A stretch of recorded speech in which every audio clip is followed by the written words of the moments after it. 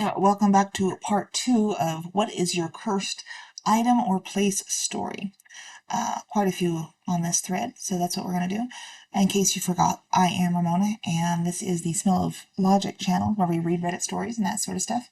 Also, if you like reading or coloring, I have quite a bit of stuff over on Amazon. There's a link down in the description of all of my videos to my Amazon authors page where it's easy to find them. Go check them out if you want to. If not, that's cool too. But here we go. Ready? Set. Something bad happens when I listen to No Quarter from Zeppelin. Listen in my car, I get pulled over. Listen while work or at a school trip, and I break my phone.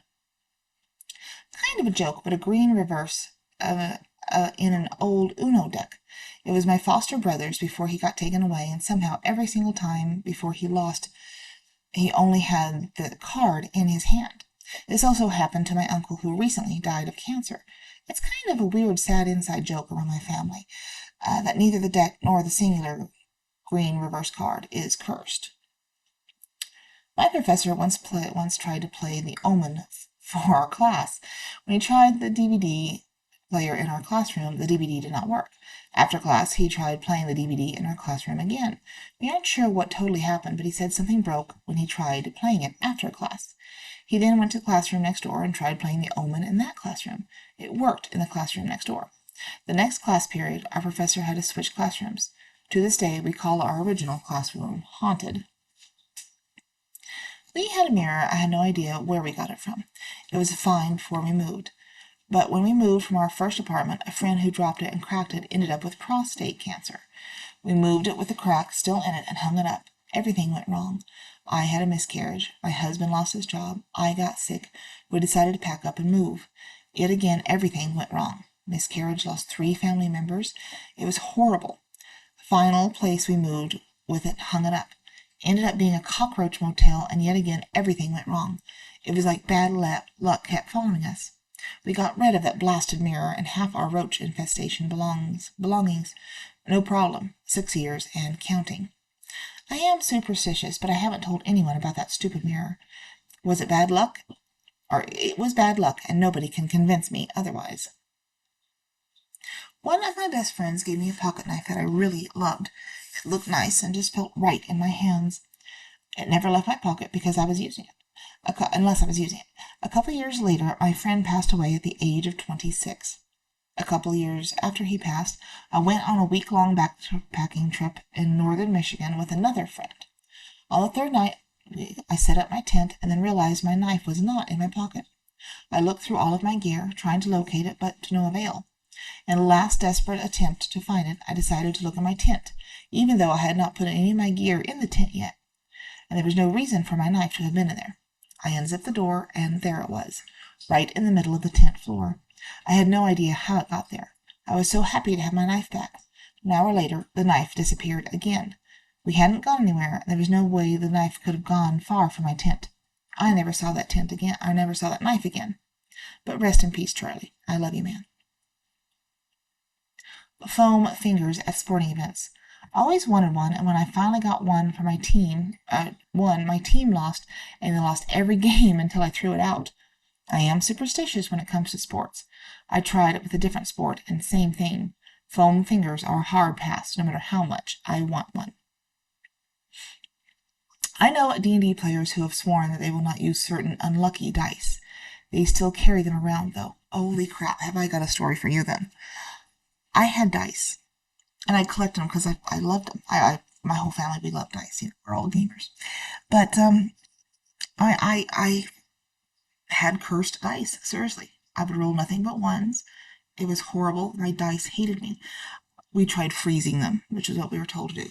We tried all the little tricks that gamers tell you to try, putting them in jail, shaming them, isolating, all these things. Never worked. Never worked. So I finally just had to get rid of them. I decided to put them in a little container and keep them as like a little, little display just for coolness. But they started affecting my other dice, even though they were nowhere near them. I swear they were affecting my other dice. I finally gave them away to someone who collects dice, just one, as still, because I had them sealed up in a little plastic, square thingy. And she wound up giving them to somebody else, and they said, there's something wrong with these dice. They were very, very in tune with whatever. So I have no idea where they are now, but I had to redo all of my dice, and there's probably a good 7, 8 sets there. I had to just completely get rid of because I honestly think they were cursed.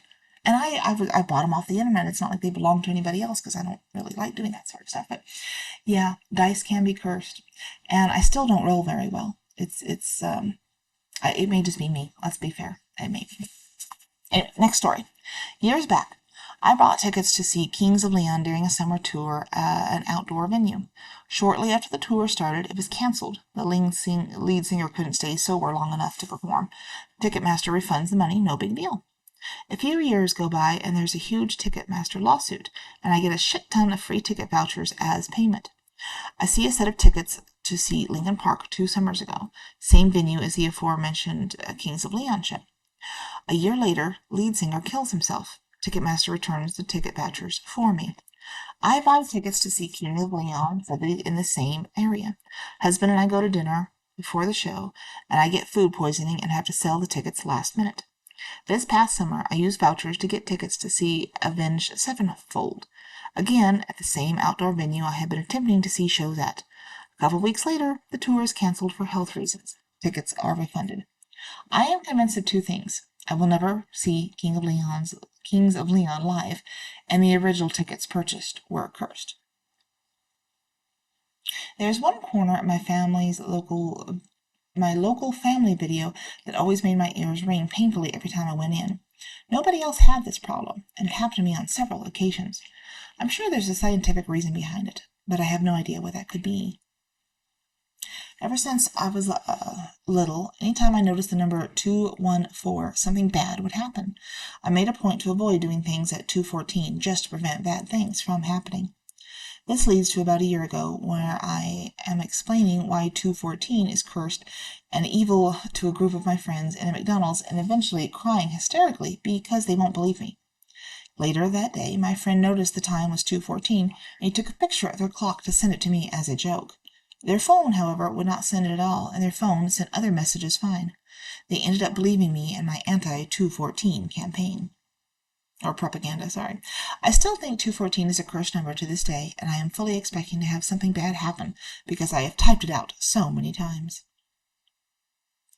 I'm pretty sure Stephen King has a curse on me. When I was around 15, my dad's girlfriend got me Stephen King's book on writing, and I never wanted to read it.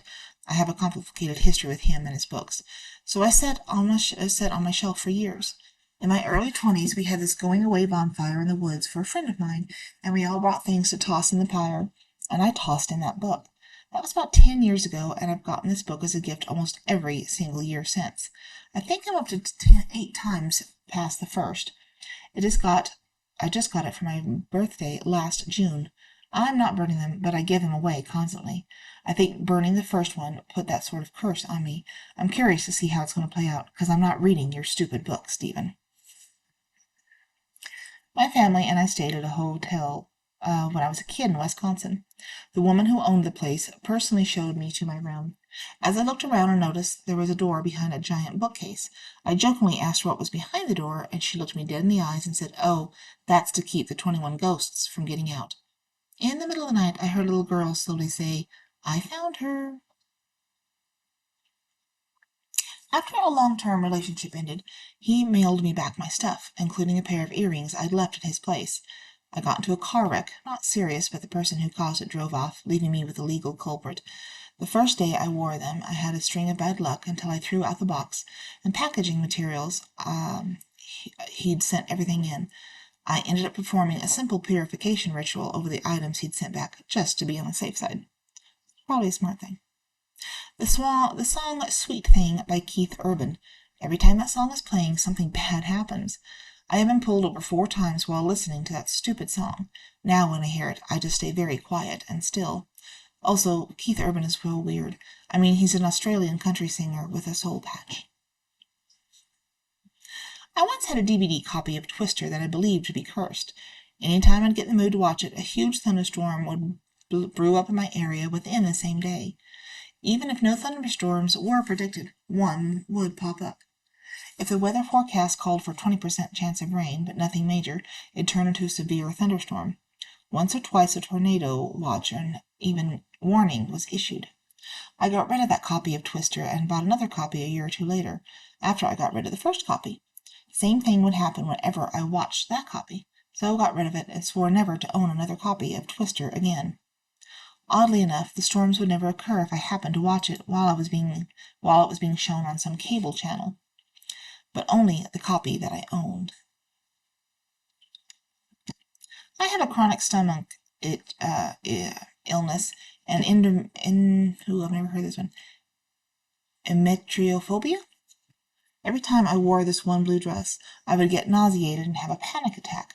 Eventually, I had to get rid of it because the dress was making me anxious on its own. The statue of a gargoyle my uncle bought for our garden brought us strings of bad luck. When I worked at a gun shop in the late 1990s, we sold a gun to a person who committed suicide with it. We got the gun back from the family after and sold it again to another person who committed suicide about a month after buying it. We got it back again and sold it to the guy who had stolen it. It was recovered from a murder scene in another state. We got it back from the owner who had returned it by the police when the investigation was finished. The boss and I melted it down with a torch. Whenever I get a bad injury, it always seems to happen to my left side. I popped my kneecap out of its place on my left side.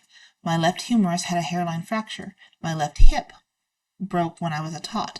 I burnt myself with my left hand. My left ankle got sprained while playing soccer and falling down the stairs. When a car door slammed into my hand, it was my left one. Yeah, that seems a little suspicious there. When I was way little, I remember my parents taking me on a trip to the Field Museum here in Chicago. I effing loved dinosaurs, so this was awesome. The main dinosaur they had was this huge-ass Tyrannosaurus Rex named Sue. From the gift shop, I scored a pair of Sue pajamas and wore them to bed that night. Effing got vicious sleep paralysis for the first time in my life and was completely freaked out by what had just happened. Still, to this day, I still go to the Field Museum to visit and make amends. Those pajamas and that dinosaur are effing cursed.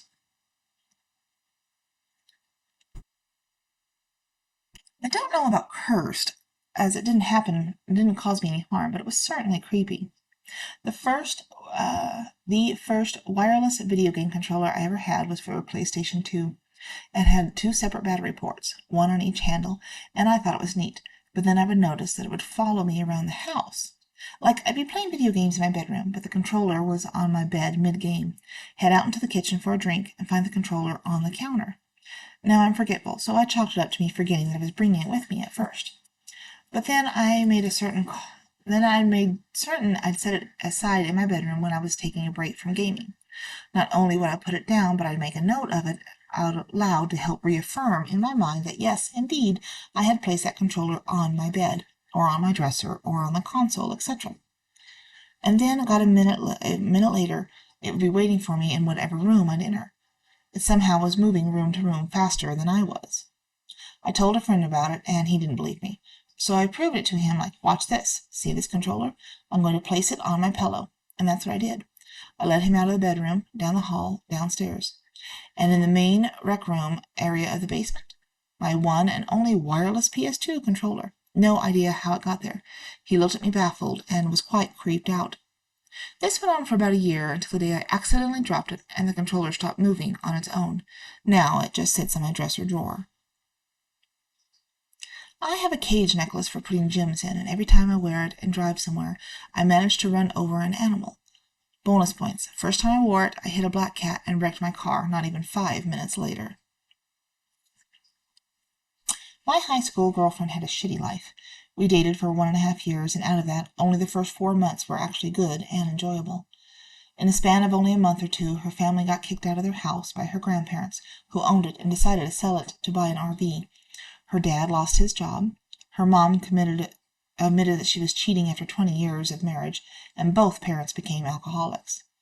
Girlfriend had this thing called a Zen garden, this cheap little wooden box filled with sand. It came with a rake and various items that, if moved, were supposed to cause change in your life, I guess.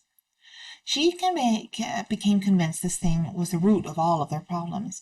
We were like 15 at the time. Me, being a guy, said, "Well, let's just smash the thing." She agreed. We took it out to our driveway and bought a cement block down on it. I was not ready for what happened next. These things shot up from it and started dancing around.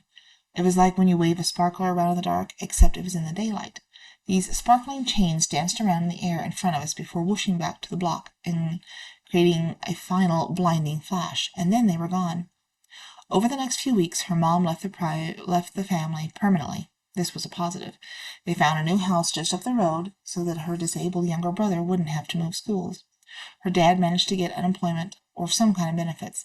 He got his drinking under control and was a really good dad for the first time in his kids' lives.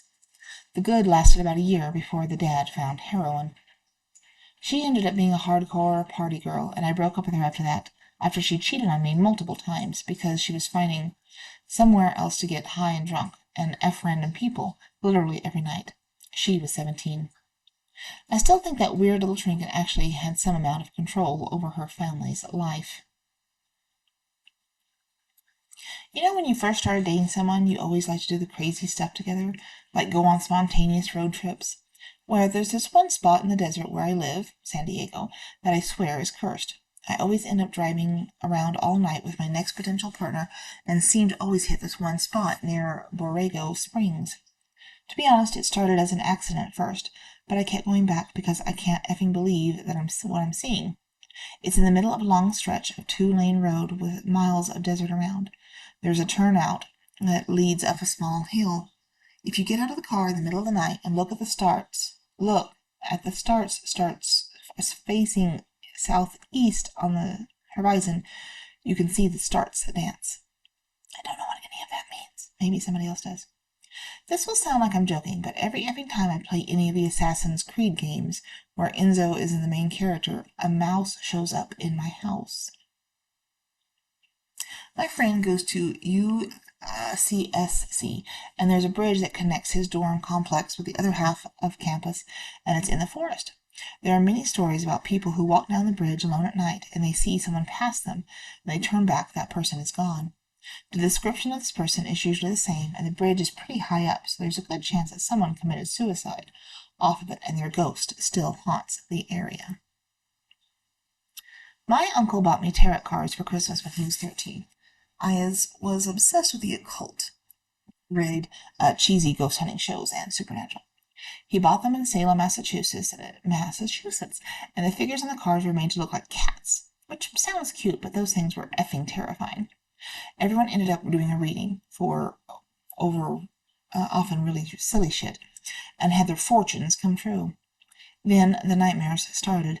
I've always had strange dreams, but these were next level. I would have dreams about my house being haunted by a dark entity every night. I saw a shadow figure and started hearing odd noises. For reference, I lived in a cookie-cutter prefab house built in 1997, and my family was the second family to ever own the house. Up until that point, I'd always felt safe. I'd never seen dark figures or had heard odd, unexplainable noises.